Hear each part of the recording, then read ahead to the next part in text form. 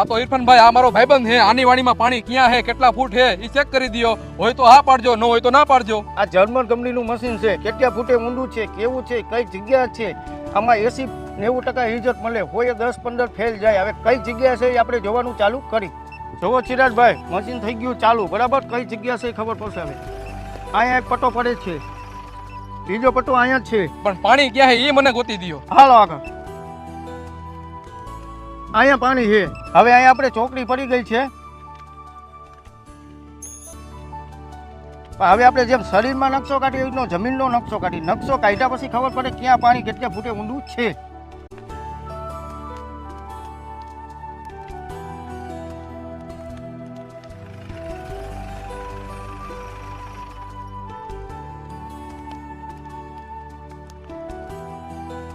જોવામાં હવે આપણે નકશો આવી ગયો છે.